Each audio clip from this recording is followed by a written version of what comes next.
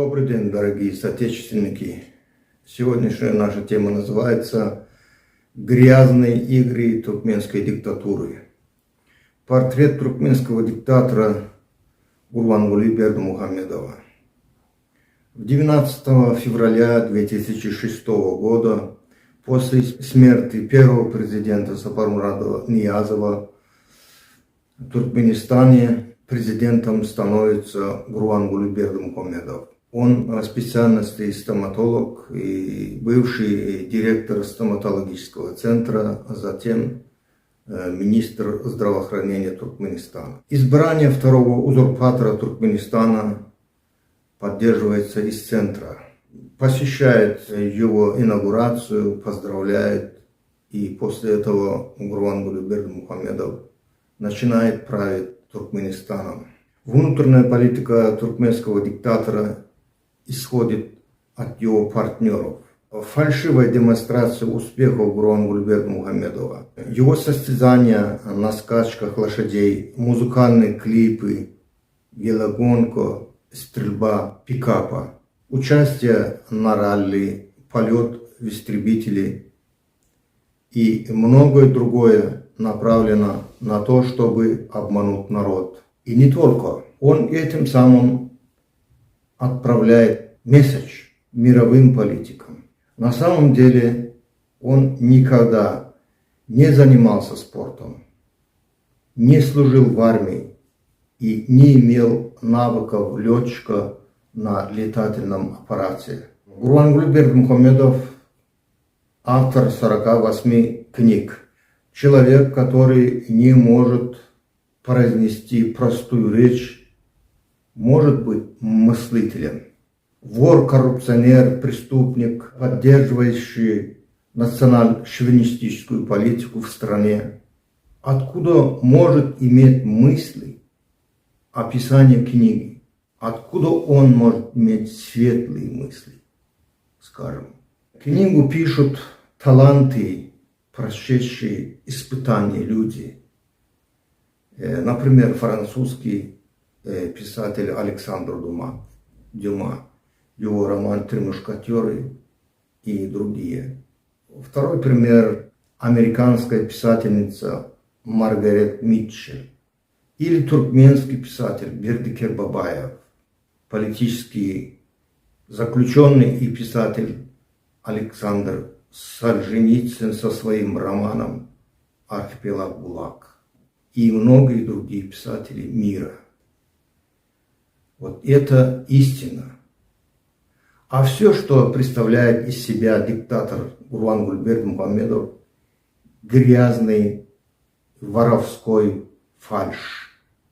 Туркменский диктатор Бердымухамедов с 12 февраля 2007 года по настоящее время разрушил больше, чем 2 раза предыдущего президента частное жилье граждан. Он уничтожил находящиеся вокруг Ашхабада села и поселки. Это, например, 1 мая, Берзенги, Шогонлы, Шоргарадамак, в городе Ашхабада, Гажа и район телестудии, пристройки и личные гаражи граждан.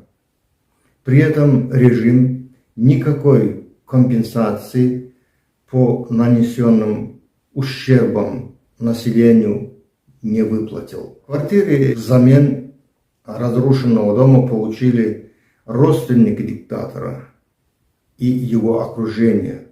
В основной массе тысячи граждан остались без кровли и будущего.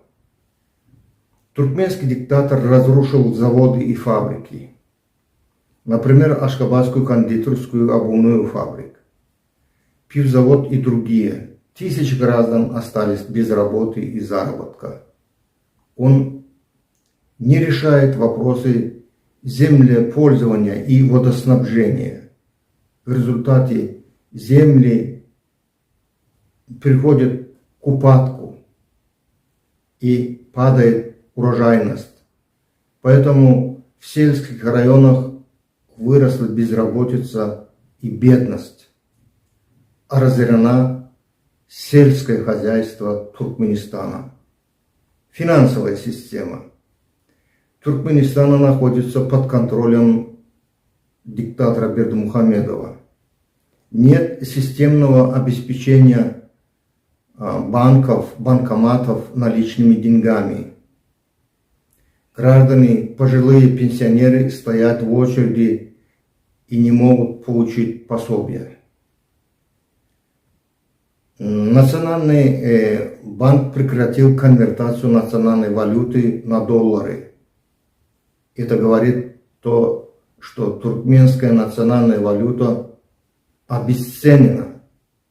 Нет роста и продолжается коллапс по разрушению экономики Туркменистана.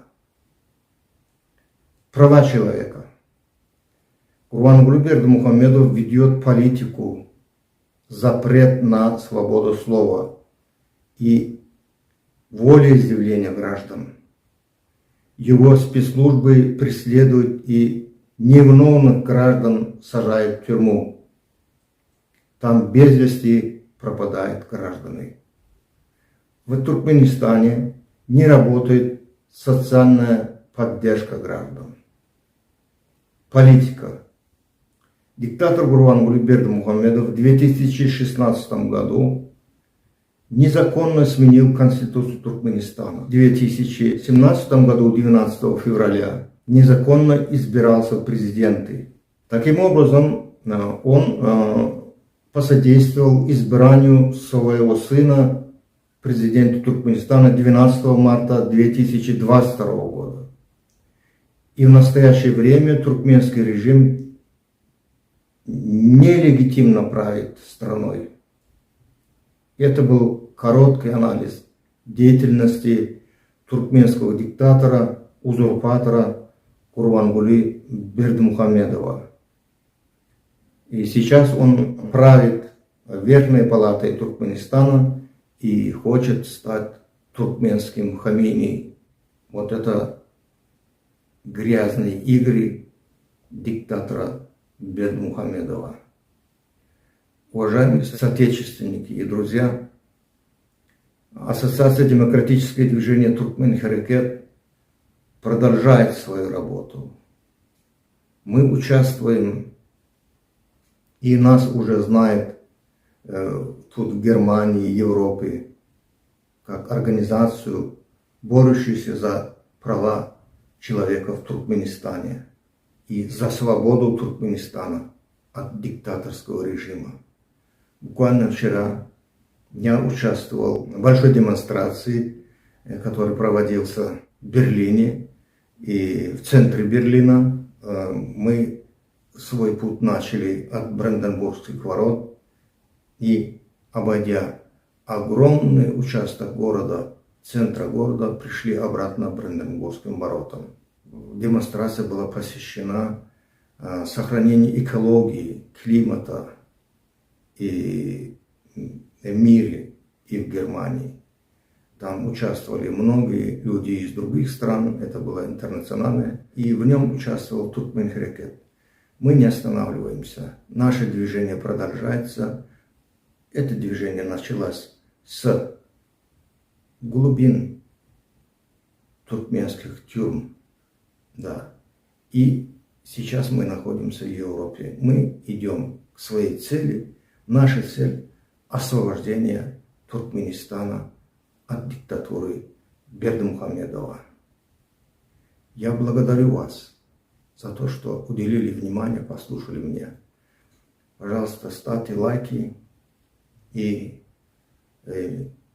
распространяйте видео, чтобы наши соотечественники видели, что какая организация на самом деле заботится о будущем туркмен, о свободе еще не родившихся туркмен. Мы за это. И мы не остановимся. И мы вернемся в Туркменистан.